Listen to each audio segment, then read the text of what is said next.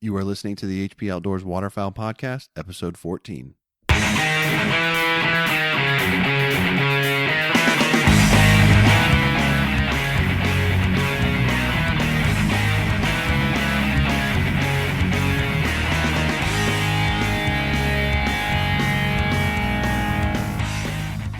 In this episode of the HP Outdoors Waterfowl Podcast, we're going to profile the Bufflehead. And we're also going to talk with Jim Saubier, waterfowl category leader at Sitka Gear, about how to dress when hunting in extreme conditions.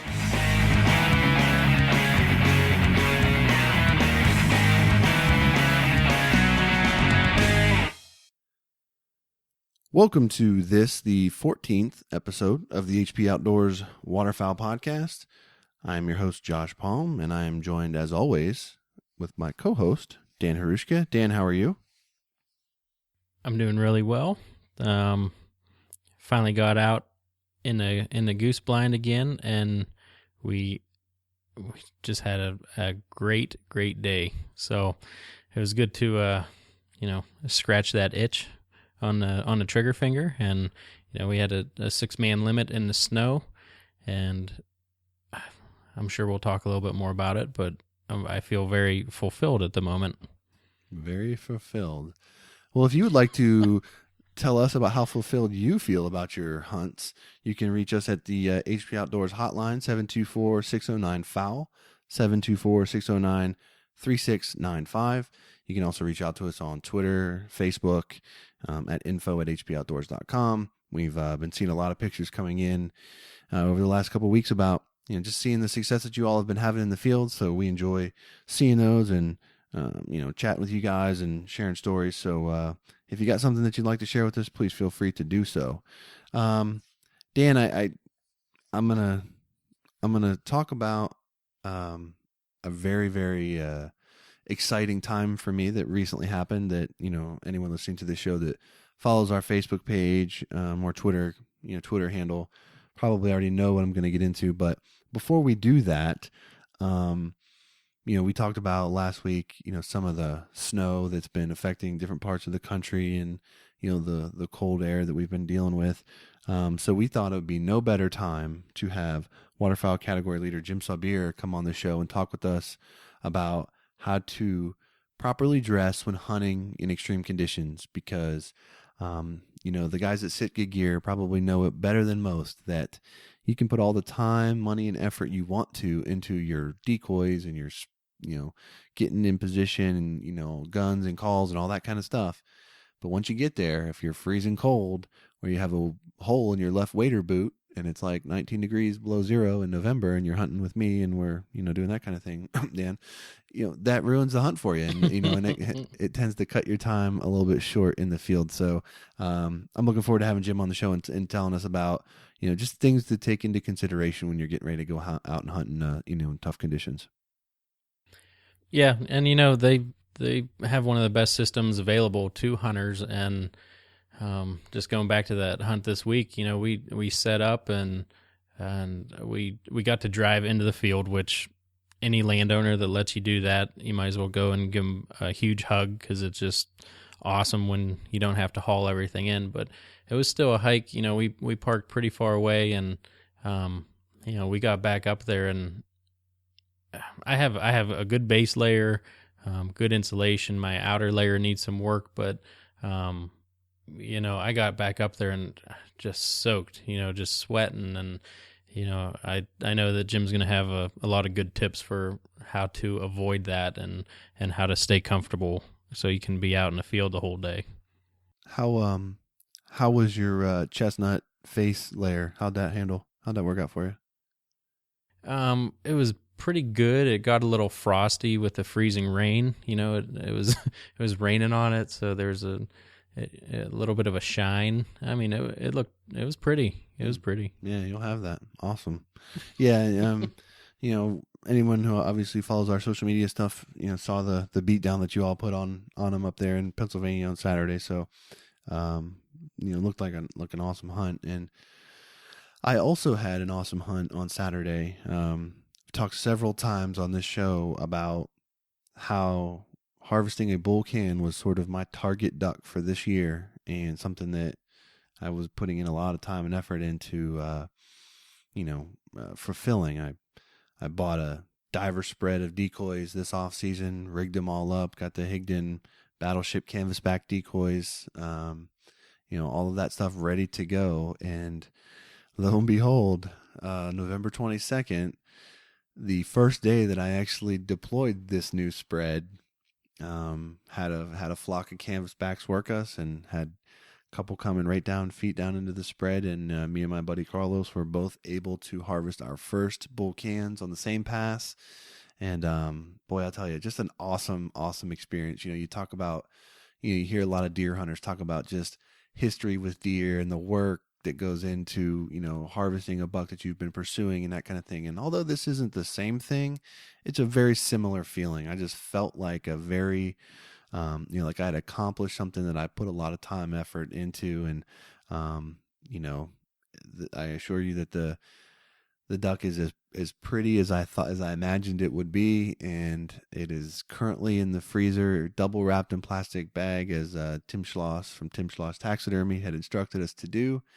And he will be making a trip to the taxidermist in the very near future to one day be on the wall, so I can always remember the first can that I've ever taken. So really special hunt for me, and definitely one that I will always remember, for a long time.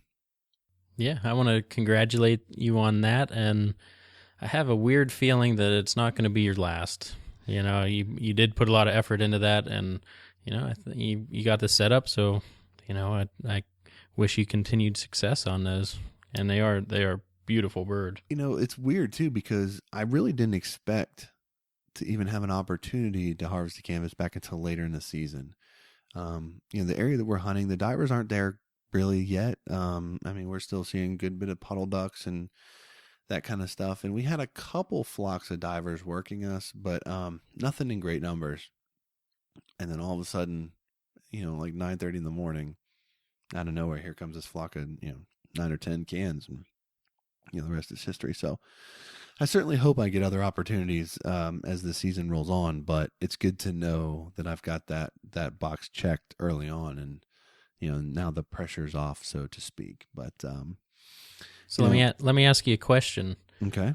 Once you get that the mount back, every time you look at that, are you going to think about my beard?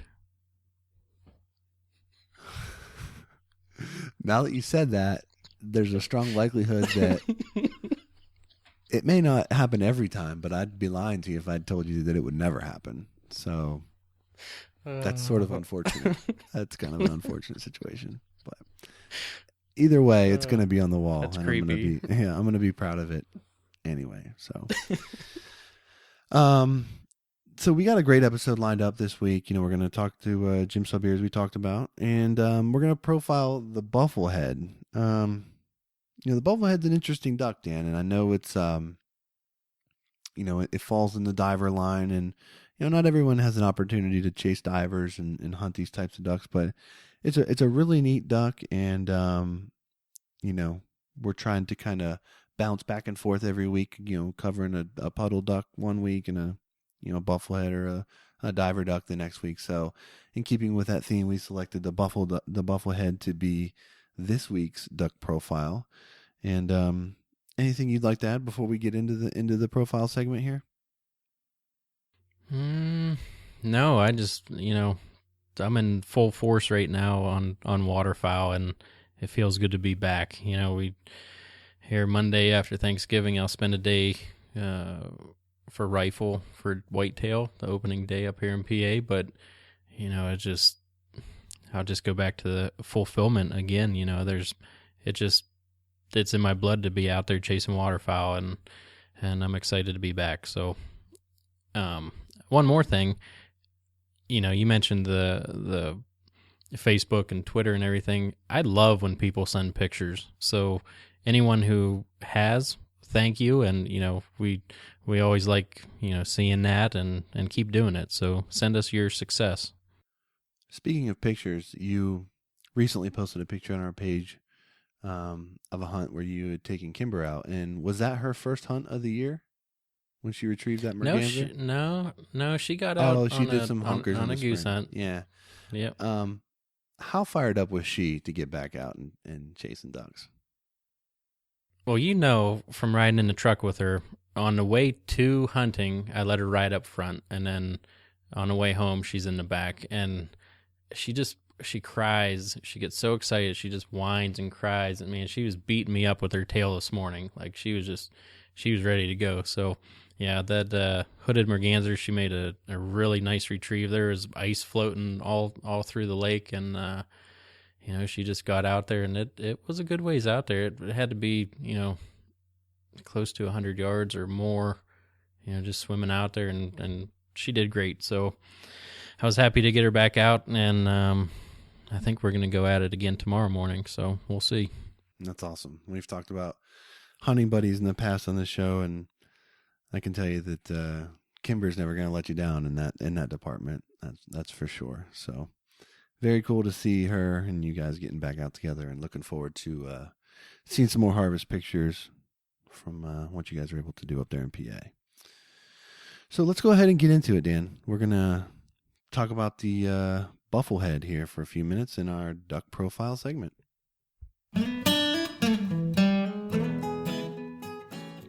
Yeah, the Bufflehead, the male is coming in about 15 inches and the female is about 13. The weight, the male's quite a bit bigger, probably, the female's about 75% or 25% smaller than the male. The male's about 1.1 pounds, the female 0.7 pounds.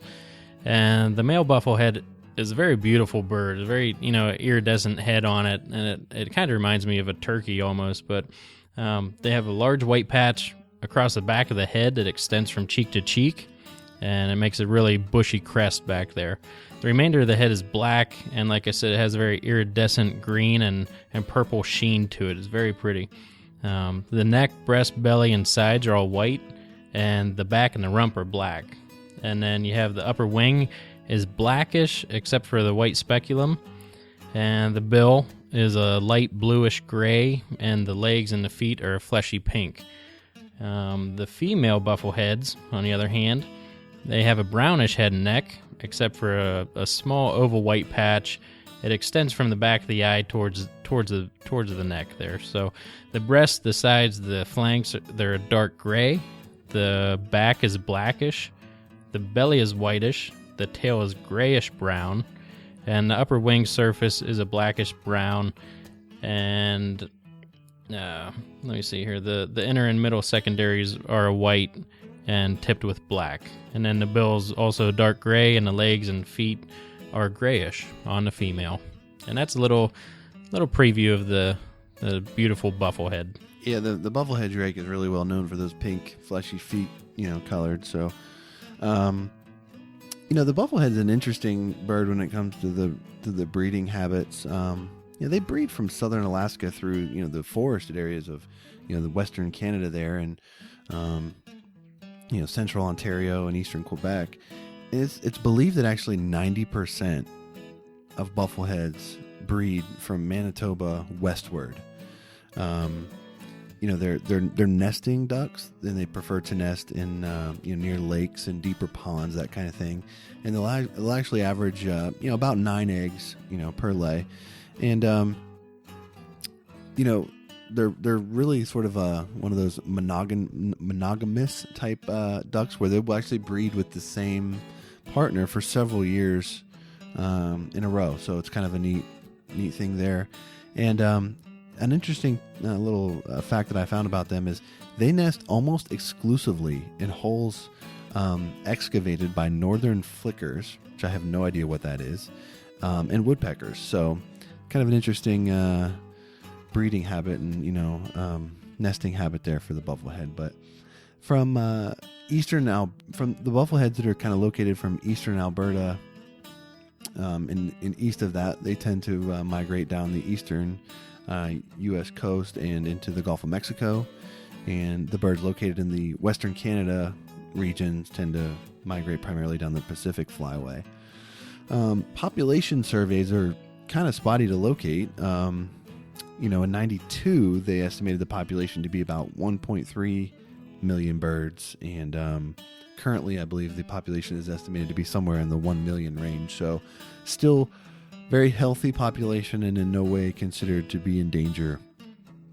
So, liberal bag limits still exist on buffleheads, and, this time of year you're seeing them moving down the flyway quite a bit, and they're one of the more commonly harvested birds, of the diver species, kind of sort of early in the migration phase. So, take a look on Facebook and stuff like that, and you shouldn't have to look too far to, see harvested buffleheads. And have yet to see any buffleheads in my neck of the woods yet this year, but I'm hoping to see a few here in the near future and maybe get a chance to harvest a few of them. So, hope you guys enjoyed the profile of the bufflehead, and stay tuned for the choice that we profile next week.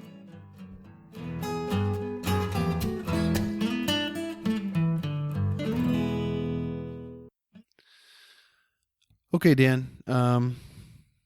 We're going to be joined by Jim Saubier, he's waterfowl category leader for Sitka Gear, here in a few minutes, and we're going to talk with him about how to dress appropriately for extreme conditions. But before we do that, I wanted to just make sort of a general statement about Sitka Gear as a product as a whole. One of the things that I know we're going to hear from people, and you see it on forums and you see it all over the place on the internet, is people, the first thing they say when you talk about Sitka Gear is they bring up price. And here's what I feel about that. Everybody obviously has their budget and the means that they're able to, to spend on hunting and waterfowl gear and that sort of thing.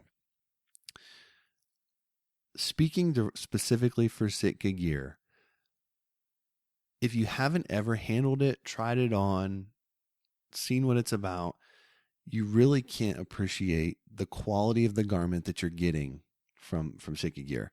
So, I'm not saying that you can't go to Dick's Sporting Goods and get a great, hunting gear setup, because you can, but you're not going to get the level of quality from Sitka that you would get purchasing Sitka Gear. So that's just fact. And here's another thing that I find very interesting. If we all, as a waterfowler, how expensive it can get to buy calls, decoys, dogs, the gas that you burn scouting for birds, all of the costs and the fees and things that we pay to chase waterfowl.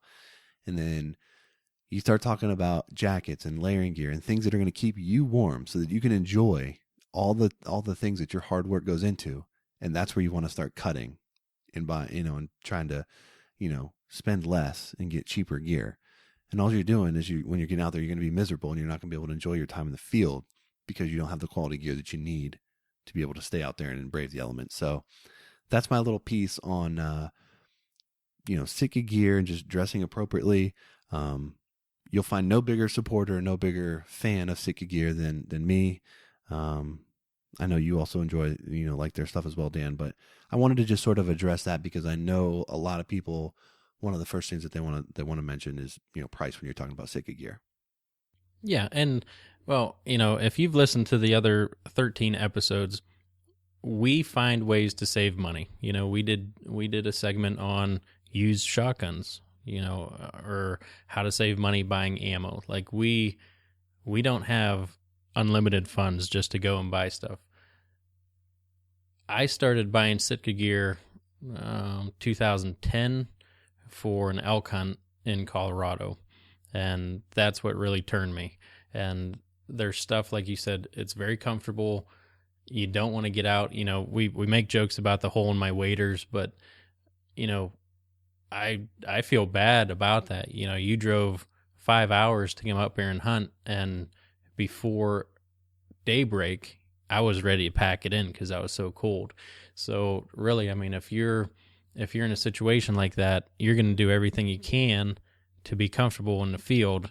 And, like you said, if you haven't felt it, if you haven't used it, go get your hands on it. It might be something that you save up for, or, you can ask for a Christmas or a birthday present or something like that. But, I'm in the same boat. I've used it, and if I could sell all my other stuff and go straight Sitka, that's kind of what my plan is, just because it is that good. So, the comfort of field is one of my top priorities. And, I want to be out there. I want to enjoy it, be comfortable, and they play a very vital part in that. Yeah. When I was turning 12 years old, when I was old enough to hunt in Pennsylvania, I can remember my stepdad telling me, some words of advice that my grandfather told him when he started hunting. He said, whenever you're out in the woods, whether you're deer hunting or whatever it is, and you're ready to pack it in because you're cold, you're tired, you don't think anything's moving, anything like that, give it 30 more minutes. When you think you can't sit any longer, sit 30 more minutes, and you can assure that your success rates are going to go up. And for me, it's absolutely true, because as soon as I get the first thought in my mind that I'm ready to pack it in because I think that the birds are done flying or the deer have stopped moving or I'm too cold, that's when I start losing focus. I start fidgeting and I'm less effective as a hunter. And, at that point I'm kind of, it's only a matter of time before I'm ready. I'm checking out, and if I'm able to stay warmer a little bit longer and more comfortable a little bit longer, that just pushes that, that lack of focus period that I hit, it pushes it out a little bit further. So something to consider when you're thinking about buying your gear. And, it truly is an investment. I mean, it's something that, you're not buying this to use 1 or 2 seasons. I mean, this is something that, should last you a really long time and is part of a system that you can build on. So whether you choose Sitka gear or another company or again, we've already talked about how we feel about Sitka gear and where we stand with Sitka gear, but whatever your choice is, don't sell yourself short when it comes to being comfortable in the field, because it's not only comfort, it's safety, and it's just overall enjoyment of the field. And especially when you're taking, youth or seniors out into the field, they've got different needs than, someone, that's our age. So, take those things into consideration when you're thinking about, purchasing your hunting gear. Okay. Enough of the soapbox for me. Anything else you want to add, Dan, before we go ahead and welcome Jim to the show? Nope. Well, I got some good questions, and then I want some answers. So let's give them a shout. Okay, we're going to be joined by Jim Saubier, Waterfowl category leader from Sitka Gear.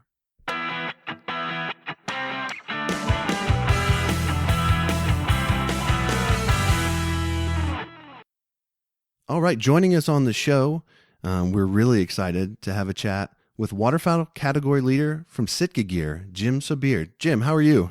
Good, thank you. Jim, we got a lot that we want to get into with you. Right now, half the country's covered in snow. It feels like, you see the stories coming out of Buffalo, just the feet of snow that they're accumulating up there. So we thought it would be a perfect time to start talking about, what you got to do as a waterfowler when it comes time to hunt the extreme conditions and the extreme weather. And before you can even think about setting decoys and, spread strategies and things like that, you have to ensure that, you as the hunter can get out and, stay safe and stay warm and stay comfortable to put the time in the field that's required, to hunt these conditions. So, we thought there'd be no better guest to come on and talk about this topic than you guys and the products and stuff that you offer through Sitka Gear. You guys are, at least in our opinion, sort of the leader in this category when it comes to waterfowl gear and the systems and all of that stuff. So we're really excited to have you on the show and kind of talk to us about this. And, I'd really like to just sort of get started just by kind of simply asking, what are some basic things that a guy needs to consider when he's getting ready to hunt, an extreme condition situation? And then maybe talk to us a little bit about some of the biggest mistakes that people make when they're getting ready to hunt in those conditions. Well, thank you very much for the lead in. We certainly try and provide gear for folks in these extreme conditions. Coming from Montana and the pretty extreme temperatures that we experience here, and out of the big game category, which is where we started, the mountains can be pretty brutal. So taking what we've known and learned, in that world and applying it to the waterfowler, we learned that the layering from skin to shell, and you'll hear that term again probably, but skin to shell, and starting with a good base layer, the moisture management. So as you guys know, when we head out to the blind, if you were to load up on all your gear and put your layers on and hike out across the field with decoys and everything in hand, you get sweat up pretty quick.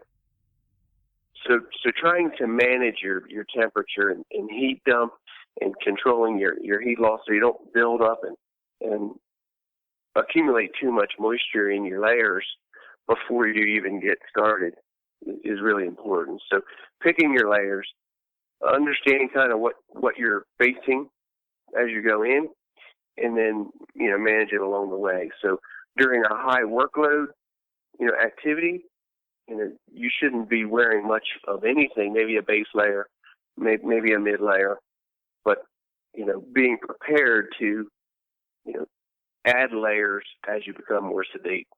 So, I think pretty basic, but having the layers and ability to add and then get your shell and insulation layers right, depending on the conditions you're in.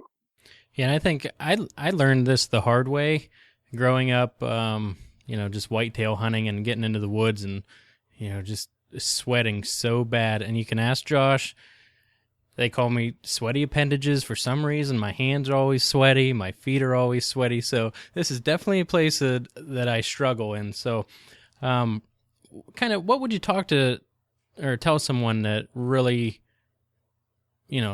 sweats too much or really is always hot?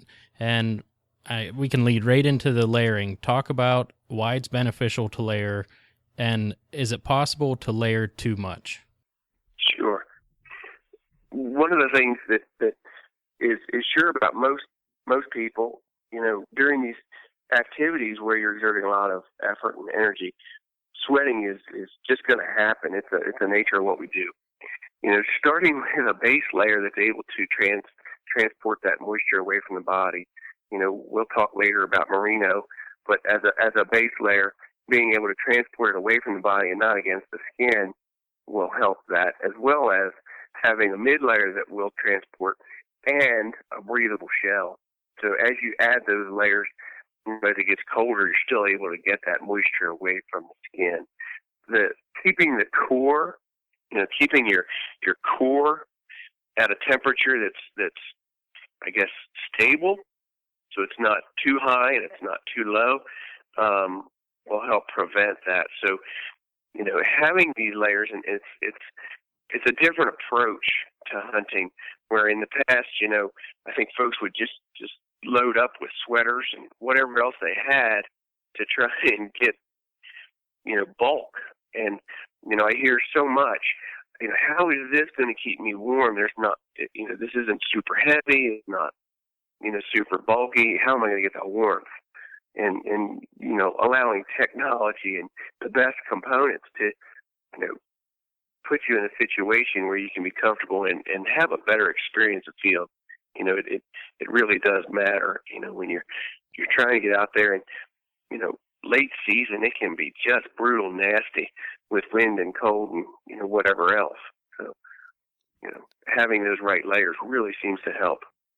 Yeah, I think it's important too because, we're all guilty of it, and Dan mentioned it earlier, but, I can remember days in the deer stand or setting a goose spread where I'm just sweating and I'm unzipping my jacket and I'm just trying to cool off. And then, just about the time I get cooled off, I go from hot to froze in a heartbeat. Yep. It's just because I just overdid it, because you get out of the truck or you walk to the truck in the morning, and you're like, oh boy, it's cold, you better layer up.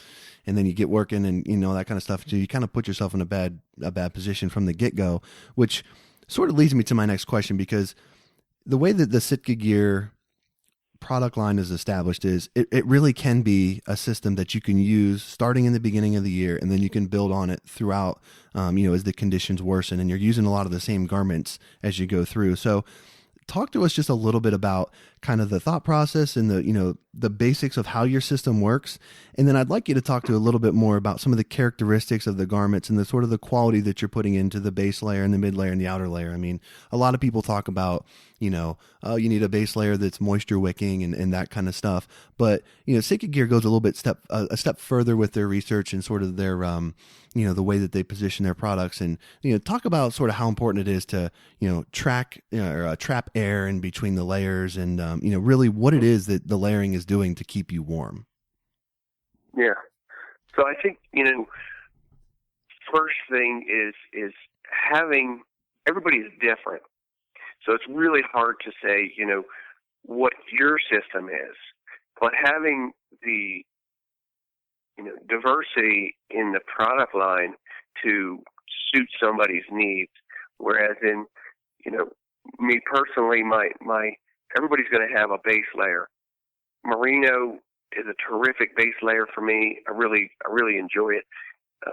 Gives me what I need from the base layer, and then then I'll have a second layer, like a traverse zip tee that has the thumb loops in a low cuff, comes down on the hand about halfway if I put my thumb loops in, and a high neck. So you'll see the use of these zippers when you start to get hot. The ability to zip down the top or zip open the neck to heat dump, if you will. Let some excess heat and moisture out, so that when I am exerting a lot of force, I'm not overheating, and it gives me some chance to do that. But yet, when it starts to get cold, that's an area where you lose. Your temperature and you lose heat is around the neck and having the ability to zip it up. So you'll see a lot of these higher neck pieces, even at the base layer level. And then moving up to a lofted insulation piece, puffy style or lofted insulation jackets, Prima Loft in our case, provide, extreme warmth for the weight. It's extremely efficient for what you're wearing. Minimizes bulk. There is some bulk, but it can compress to very small amounts. And then moving up to your shell. So the shell is going to protect you from the elements. So when you get into wind, as well as rain or snow, being able to protect that from getting in while you're still allowed to transport moisture away from the skin.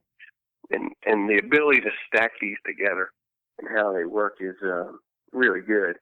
The other thing that I recently have become a really big fan of, are vests.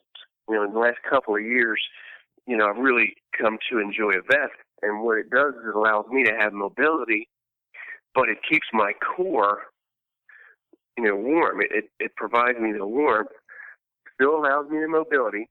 And I don't, people talk about getting cold. It's not your elbows and your forearms and your arms that are getting cold. It's your core. So having a vest as a mid-layer piece can be really effective. Yeah, and even, that shows with your guys' research, even, through the Hudson jacket, once it gets down towards your hands, it's not as thick down there. And it really, it comes into play a ton when you're trying to swing a shotgun around to make some shots. So, I think you guys have thought about just about everything. But let me ask you, Jim, here. Okay, so you guys started out in the mountains. You were doing the whole big game series there. So when Sitka started to develop their waterfowl product, what kind of, where did you guys focus? What did you kind of think about and really want to do for the waterfowl line? Yeah, you already made mention of the mobility. In big game, you're lucky to have one shot opportunity. In waterfowl, you hope to have a bunch. So there's a lot more opportunity to shoot your gun, a lot more activity around the swing and how to do that. So mobility is important. Weather, is another factor. A lot of times in the fall and in waterfowl regions, we're dealing with some extreme weather, whether it's rain or snow or just cold temperature. So how to protect ourselves from that environment. The other thing for waterfowlers is, the feature sets. How do you maintain storage? Pockets. Pockets are for two things. They're either to put your hands or they're to store stuff, and not really to be confused between the two. So, if it's a storage pocket, it should be designed as a storage pocket. If it's to put your hands, then it should be comfortable and at a normal position where you'd want your hand. So for the waterfowler, oftentimes, if you're wearing bibs or whatever situation, you're in a blind or you're wearing waders in the water, the high hand pockets are really, really comfortable. That's a very typical place where you'd want to put your hand. So, the location. The other things that we do are the fit. That's something that we've done all along. Our garments are extremely well designed around the fit and articulated, in the knees, for pants, and as well as the way the jackets fit. Fit is really important. If it's too bulky or too big, it's not going to perform the way it needs to. So, I think that's another takeaway where folks they'll say, well, I need an extra large, and I'll see them put it on. I'm like, that's not going to serve you well. You really are a large. Let's go back and try and put a large on. And, people have just gotten in a habit of wearing a size too big so that they can stack huge layers underneath them and not be too much like the, Stay Puft Marshmallow guy. So, how that fit comes into play is really important. And having the jackets that fit right with the right layers and being able to not have to oversize everything to get, 10 layers of non-effective layering versus 2 or 3. Yeah, and you guys, there's just so much difference between Sitka gear and other garments on the market, like even from, some of your pockets that your hands actually go up into, so then you don't have water running down your sleeves into your pockets. I think your guys' research and development and, you guys in the field giving feedback is pretty outstanding for what you guys come up with. So is there anything else that really sets you apart in the market for the waterfowl? I think some of the biggest things that set us apart is we're absolutely committed to making the best apparel for the end use. And it's a no sacrifices type, commitment. So, Gore-Tex, we constantly work to, provide the best materials. Gore-Tex is certainly, widely known and rightfully so as the best water protection you can get with the breathable component that's unequaled. And then down to Windstopper, which is our next shell type. Again, really neat technologies. All the way to, the components of PrimaLoft. So when we launched into the waterfowl space, PrimaLoft is really technical and was not even being utilized effectively or maybe even at all, in the hunting space. So bringing these technologies that have not really been utilized in the category and putting them in garments that are, built to withstand and last the rigors of everyday use in some pretty harsh environments. So I think, with all of those things, and it's not just one, it's really a culmination of all of those components to build, the best stuff. Jim, you mentioned something just a minute ago that I want to just reiterate and highlight for everyone listening here. When you talk about the fit of your gear, I would describe, the Sitka gear as more of a, quote unquote, like athletic type of fit. It's not something that you're supposed to be swimming in.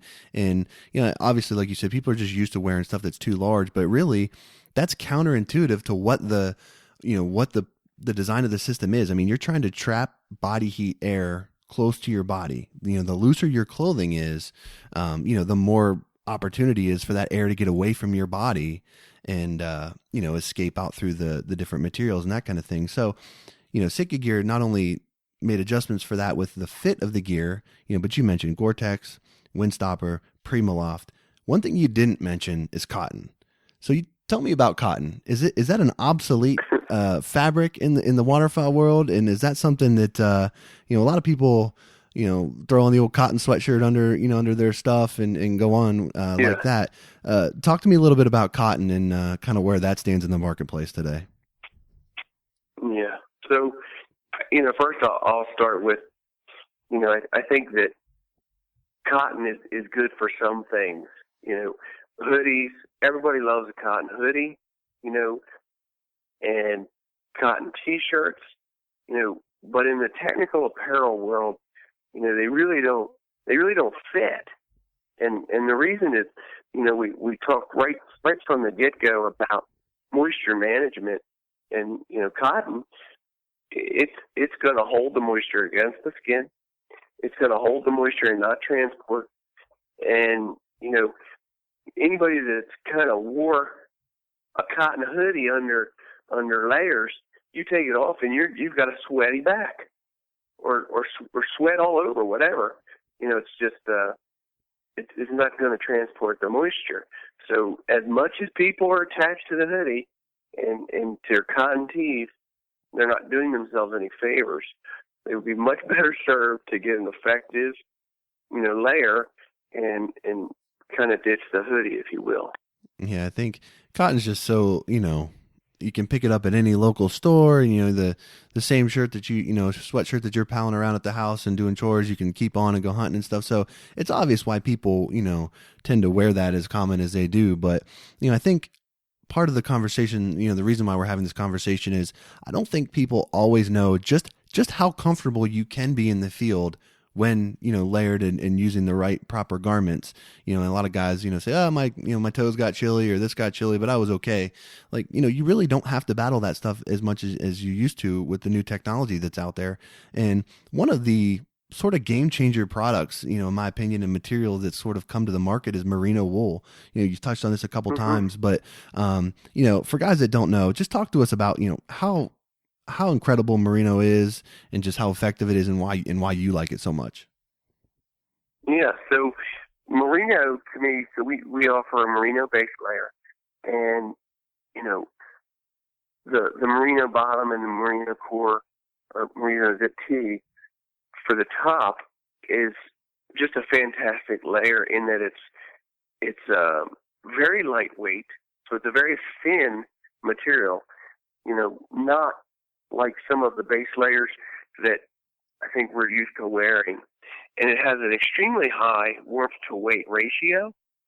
So, you put on this thin layer and you feel like, is that going to really help? And I've been amazed at that. And it's not just that it keeps me warm, it's that even when even when it's warmer outside, I don't feel hot. So I can wear it, and as it heats up during the day, I don't feel like, this is terrible. It transports the moisture away from the skin. It doesn't, it continues to provide, warmth, but it also doesn't overheat you. So, I really learned to appreciate that base layer. Other base layers, so we offer other base layers as well. I just personally choose the merino, just based on the weight and comfort. And the other thing about merino, not that it makes a whole lot of difference to waterfowlers, is that it doesn't hold or fester odors. So you can wear that top all day in the field, or if you're at camp somewhere, or you're in duck camp where you don't have facilities, guys wear them 6-7 days in the mountains, and it seems kind of odd, but 2 or 3 days, and it doesn't stink at all. When I've been out and needed to wear it multiple days, so that's pretty impressive too, and that certainly works in other pursuits, but for waterfowlers, if you're out in duck camp or out in the marsh and you're able to wear it multiple days without feeling like you're going to offend the person standing right next to you in the blind, seems to work out well. And now, for anyone out there that has not tried on the merino wool, this is not your grandfather's old wool pants or outer layer. Like, this is a very soft wool. Like, it's comfortable. You could, like you said, you could wear it out on a hot day and it doesn't itch you. It's very soft against the skin. So, if anyone thinks that it is itchy, or, I've talked to people about it and they're like, no, wool is way too itchy. I can't handle it. it gives me rashes. Like, that is not what this is at all. No. Yeah, I haven't heard, anybody that's tried the merino seems to be, a huge fan. So I think it certainly doesn't live up to some of the bad, I guess, myths, if you will, around being itchy or scratchy or any kind of irritant. Yeah, and another benefit to merino, if it does get wet, you still stay warm, which it doesn't, it seems like it wouldn't happen, but it does, which is something that amazes me a little bit. But Jim, I did have another question for you. Are there different weights of merino, say for different temperatures, if it's warm out or, early season, or if you're, getting late in the season? Are there different weights for that? Right now we have one weight of merino. So our base layer merino is all the same weight, and we landed kind of where we felt was optimal. We may have some other weights at some time, but right now we offer just a one weight of merino. And in conjunction, if you were to go too heavy, then you start to negate some of the effects of the other layers. So we found it's a pretty good balance of the weight that we offer.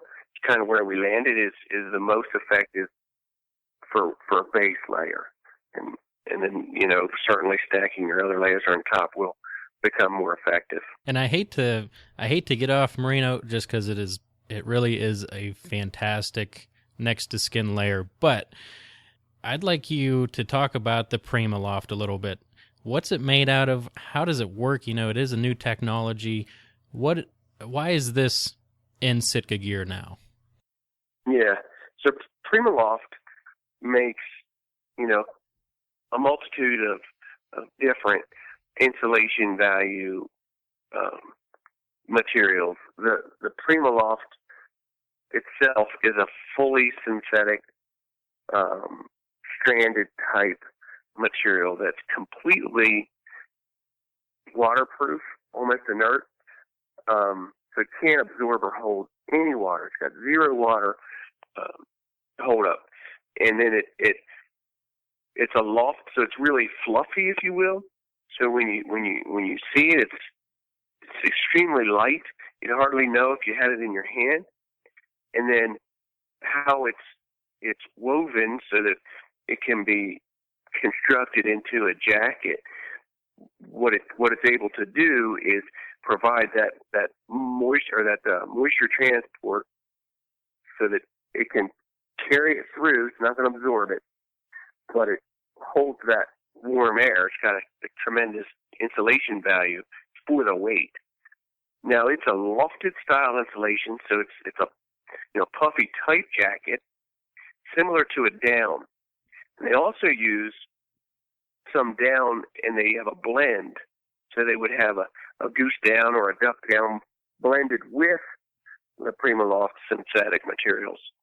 When they do that, they also treat that down so that the down itself is a moisture resistant or water resistant after treatment. So that, along with the synthetic material, provides a tremendous insulation value. We use various types of these materials depending on end use. And the other thing that you do is, depending on how you want to use the layer, and where, so mapping of a jacket. I need more insulation in the core than I do the arms, so the insulation value can be less. Same thing with side panels, or depending on how and where I want to keep heat, I can manage the insulation value or how much PrimaLoft is placed into the garment. So it can be pretty advanced depending on the individual pieces. As you go through the line, the product lineup that you guys offer, how different amounts of PrimaLoft are we talking between, the Hudson jacket and some of the others that are offered? How big of a difference are we talking as we go up the scale of the garments that you guys offer? Yeah, so I would have to actually probably refer you to the website. I don't have exactly all of it right in front of me, but starting at like the Hudson, the vest tacked in through that so the core is insulated, at a pretty light level, if you will. It's going to keep your core, but when it gets cold, you're going to want something more. The Kelvin jacket is on the other end, where it's the most lofted and the most insulation piece. The duck oven, extremely popular piece, has both windstopper and PrimaLoft in the top, and then soft material that goes under your wader, but gives us a windstopper shell, wind protection, plus PrimaLoft, in the core and the sleeves. So really, depending on the piece, the Kelvin duck oven, very, very similar, but the Kelvin, our most insulation value all the way through the sleeves, and then the vest, the Kelvin and the Kelvin Light, Kelvin Light being the lightest, and the Kelvin being, more lofted for a vest. Okay, so we've talked about, base layers, merino next to skin, and the benefits of that. We've talked about the PrimaLoft with the, the insulating values and the low bulk and, the benefits of that. The other thing you touched on a little bit ago when we were talking about the different materials and stuff was windstopper. And you mentioned that right now with the duck oven. And I think the duck oven is just such an innovative product. I really think it's one of the best garments out there. So, maybe talk to us a little bit about just the windstopper material and just, how critical that portion, of any kind of layering system is, being able to block the wind, like your products offer. The windstopper it's also a laminate technology similar to a Gore-Tex, but it's lighter, gives the opportunity for a softer face textile so that it can be used more in a layering application. It can be used for a quieter application, and it can be used a little differently, similar to the duck oven, where it wouldn't be a shell necessarily. So the wind protection, it also, with windstopper, you get more, or the potential for greater vapor transport. Okay, so it can breathe more than a Gore-Tex shell.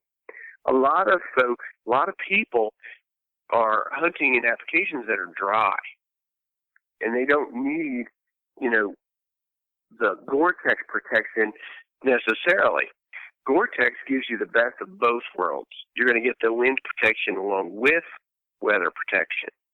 So it's sort of a trade-off. I certainly like my windstopper, but I don't know that I could be without, the Gore-Tex shell. So, for the duck oven, it's a very innovative piece. You get that weather protection and a lofted insulation, piece. But when weather turns sour or whatever, I still have a shell to put on that's more of a weather barrier. Yeah, I think the windstopper, well, just, thinking back over hunts, and like we were saying, you get sometimes, if you don't have a system like that, you get so bulky to stop the wind, and that's, you get something like the windstopper, and it's a game changer, like, completely. So that's definitely, something that people need to look into a little more, I believe. It really is impressive. I especially like the Dakota vest. The windstopper vest, very thin, can be worn over. I'll wear it a lot over a merino and a traverse, and then my Dakota. And the vest, it gives me my high pockets. I love those hand warmer pockets, and it protects my core and provides me a tremendous amount of warmth for what I'm wearing. So we've talked a ton about, keeping your core warm. Let's talk a little bit about your head and neck and face area. And what kind of products does Sitka have to help guys out in that area? The head and neck is, there's always heat loss there. So, you think about how to, we went all the way back from our base layers and we talked about the high zip collars, and protecting the heat loss in the neck and out of your core.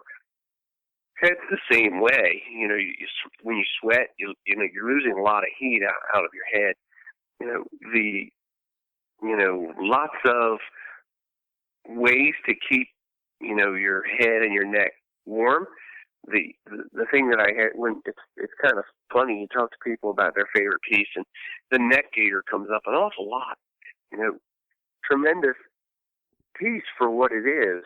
A very simple neck gaiter, super comfortable to wear. Some, has the stretch and the, awesome fleece feel, but provides a lot of warmth. You can actually cover your face, push it down your neck. It packs up really small, does a great job. Moving up to the head, the Hudson hat with the ear flaps and the fleece lined and a Gore-Tex shell. Really a wonderful hat. Being able to have that warmth. For most of the time, I can wear a Windstopper Dakota beanie. Does what I need, allows my head to breathe as much as it it needs, and when I'm in high energy or exertion or output, I can just stuff it in my pocket, in the cargo pocket or whatever. So not it is still about moisture management. I don't want to wear a hat or a neck heater or anything when I'm setting decoys or working hard around the blind or whatever I'm doing. But being able to put those on before I get chilled is how I like to manage those things. Yeah, and it really is a complete system when you think about it. I mean, I think just so many people don't listen to their body and what they actually need at certain times. Like, Josh said, sometimes it just feels cold outside, so you just get totally bundled up with everything you're going to do and put on, and then before you know it, you're just frosty. So really, if you listen to it and if you have the system, it's something that it's just, you will never go back to your old ways once you try it. That's for sure. But I wanted to ask you one more thing here. What does, if anything, does Sitka have or prefer for your feet? That's another area. My hands sweat, my feet sweat. Does Sitka have anything for that? Yeah, it's feet. I don't know. It's one of those difficult things. I don't, with all that we want to focus on and all the opportunities, it's very difficult for us to remain focused. And footwear or socks, things like that, aren't in our periphery at this time. So, it's almost essential that we focus on the things and the tasks at hand rather than get distracted. And right now, footwear is one of those things. So kind of along with that, with footwear, another big part of the waterfowler's, gear and essential piece is waders. Sure. Any chance that we can expect a wader line from Sitka Gear anytime in the future? I don't know what the future would bring for waders, but I can tell you it's definitely on the radar. Waders are, a big deal for waterfowlers, and the way we use waders are different than others, and how to best protect ourselves and provide comfort. I think when we do decide, or if we decide to bring that to market, it's because we'll have a good solution, and that's really what our products come from is being able to bring a solution to the problem that enhances your hunting experience. When we can do that, with a wader solution, I think people will be really excited and receptive.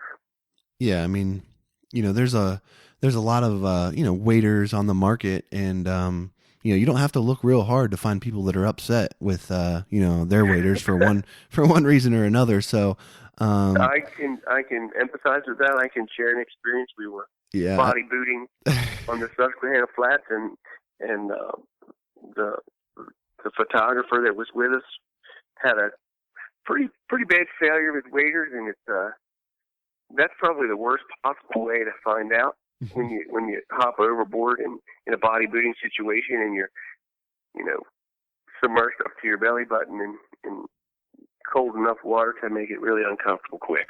So out of the 5 people, 2 people had wader issues that certainly detracted from their hunting experience. So, and it's recognized. It's a big issue. It really is. Yeah. We've shared a story on here many a times about a hunt that Dan and I had last year on just a bitterly cold day, and he decided to have his left boot virtually filled with water. So it kind of cut our hunt a little short. So I think Dan can relate to that story quite well. I feel for him for sure. So, Jim, we've talked a lot about, the products that Sitka Gear offers, and just, the methodology behind why a layering system is effective and things that need to be considered, when getting ready to hunt in, extreme conditions. I wanted you, though, to just take a moment for everyone that's listening. And, although this isn't necessarily related directly to hunting extreme weather, Sitka Gear has a really unique, OptiFade concealment pattern on the garments that they offer in the Waterfowl lineup. And I'd like you to just talk a little bit to that pattern, and as far as, just the research and the development that sort of went into that pattern, because it's different, from what the majority of the other options are on the market for waterfowl hunters. Absolutely. So Gore developed OptiFade in conjunction with some, animal science and camouflage experts, and just like the way they approach any other issue, it's pretty methodical, it's science based, and it has to have real merit. So rather than try and develop camouflage that people want to see or think look cool or matches some certain environment, they kind of took a step back and said, what exactly are we trying to do here, and what are we trying to hide from? So, it really goes back to how the waterfowl or birds see, and developing a pattern that will work or confuse the way they're seeing, the concealment, and managing your signature, if you will, to the waterfowl. Really kind of a novel concept, and as you take a step back, you're like, well, that makes sense. Rather than say, well, we're going to make some reeds or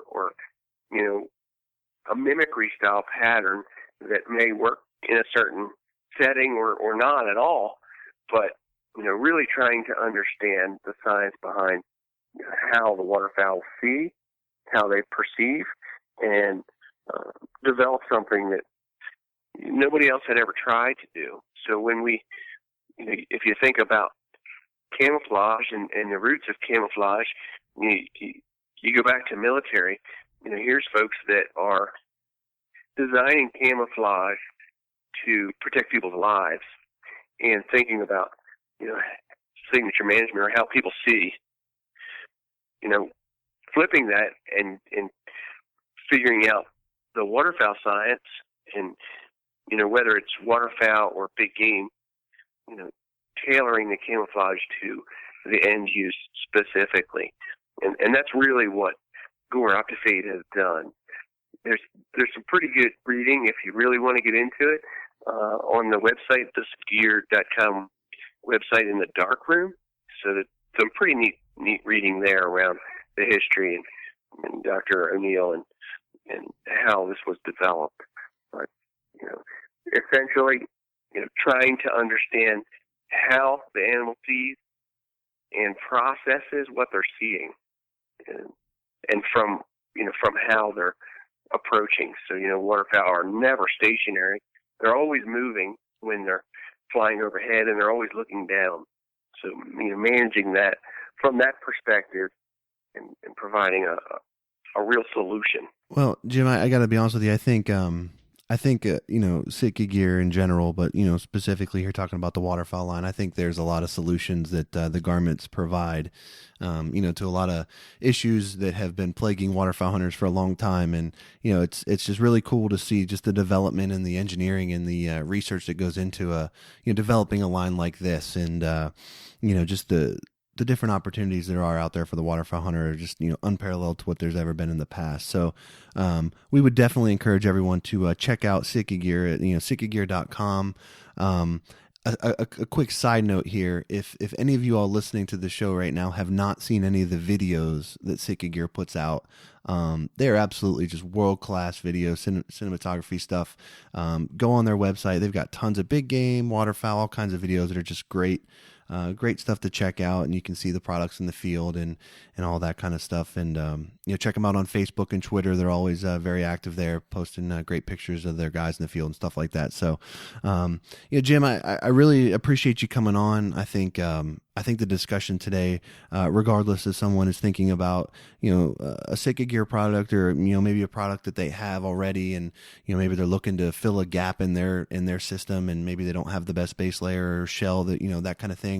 Regardless, I think today's discussion is absolutely going to make people reevaluate the way that they're dressing in the field, and think about, is there a better way that I can be more comfortable while out there hunting in these extreme conditions. So again, we encourage everybody to check you out at sitkagear.com. And Jim, thanks so much for coming on the show. And we really appreciate you giving us a few minutes here today. I appreciate it very much. Thank you for the opportunity to talk about our gear, and look forward to seeing you guys somewhere in the field again. Absolutely. Again, you can check them out, sitkagear.com. We will have their stuff linked up to our HP Outdoors podcast page as well. You can go there and link right up to the Sitka Gear page and check out everything that they've got. So again, Jim, thanks so much for the time, and let's do it again soon.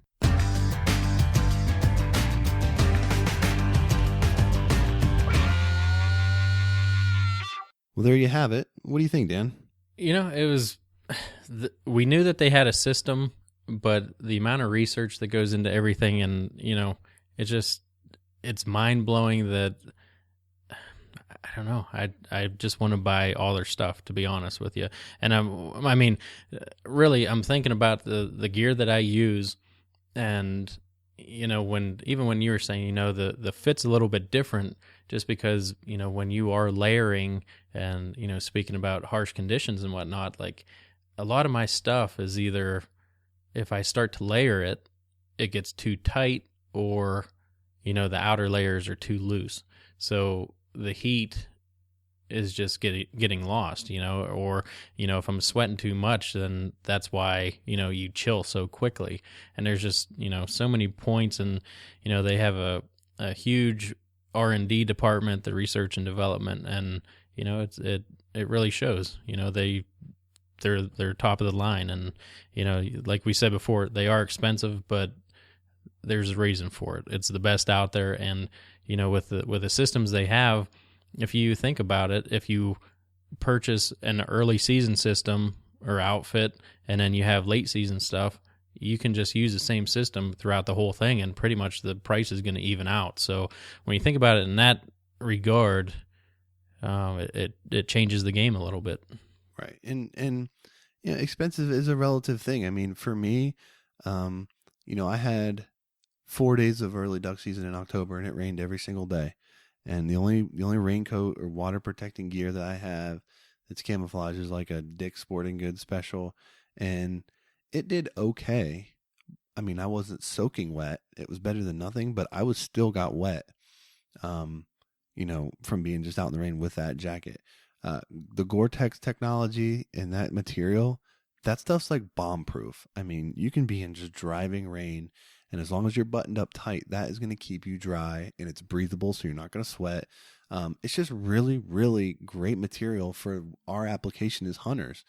And, we talked about it with Jim, but I mean, just the ingenuity and the forethought that they put into some of their garments is impressive. The duck oven jacket for me is just a masterpiece. I mean, it's got what you need up top, and then in the portion that you're going to tuck into your waders, it thins down to just a nice tuckable material. I mean, I can't tell you how many times I've struggled with tucking bulky jackets that I have a hooded sweatshirt on underneath, into my waders.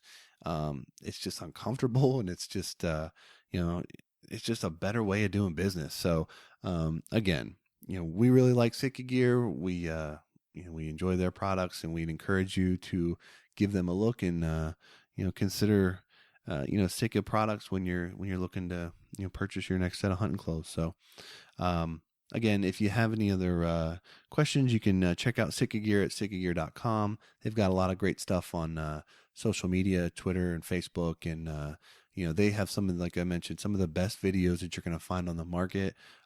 Sitka Gear takes a great pride in telling the story behind the hunt. And it's just something that I think really resonates with a lot of diehard hunters that spend a lot of time in the field and can really relate to the message that they send through their videography and the stuff that they put out. So definitely check them out. And, we'd like to hear your feedback on Sitka Gear. If you've used them in the field or you've been thinking about using them, if you got questions for us, send them our way at info@hpoutdoors.com. Give us a call, 724-609-FOWL, 724-609-3695. We'd love to talk hunting gear with you. And, if you've had good success with Sitka Gear products in the past, we'd like to hear about that from you as well. So having said all that, Dan, anything else that you'd like to add for the show here before we wrap it up?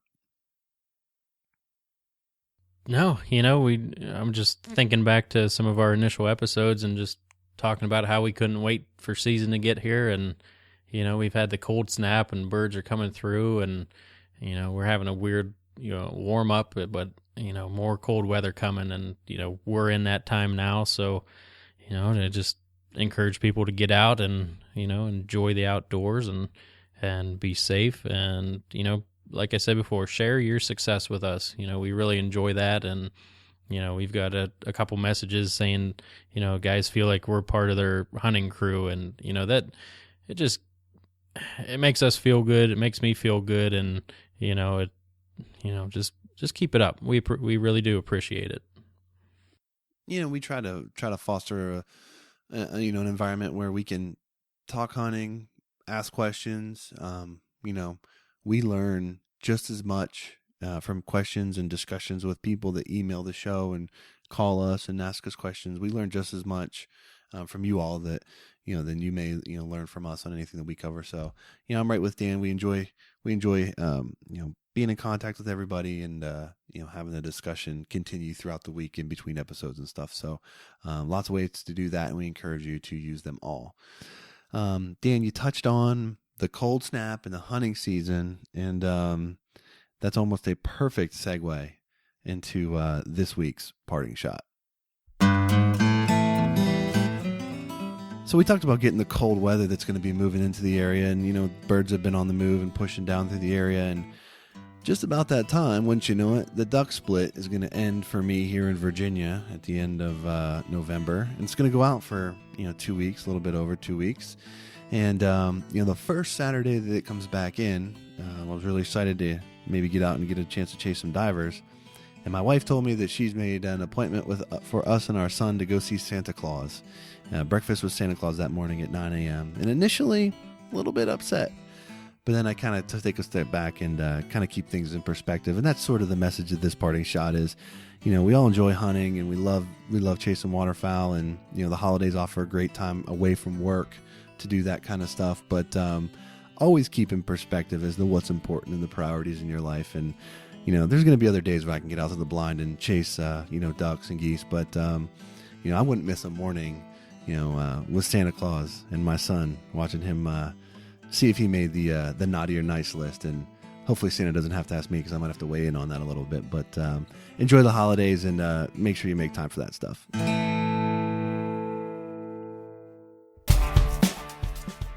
That's going to wrap it up. Episode 14 of the HP Outdoors Waterfowl Podcast. We'd like to thank Jim Saubier of Sitka Gear for joining us and talking about how to dress for hunting extreme weather. We hope you enjoyed the Bufflehead profile, and you can check out all the profiles from the ducks we've covered so far on iTunes. If you haven't had a chance to fill out, please give us a rating and a review. It helps us immensely, and we look forward to continuing the conversation with all of you throughout the week as we approach the next episode, episode 15. So for Dan, I'm Josh. Thanks for joining us. Till next time, take care.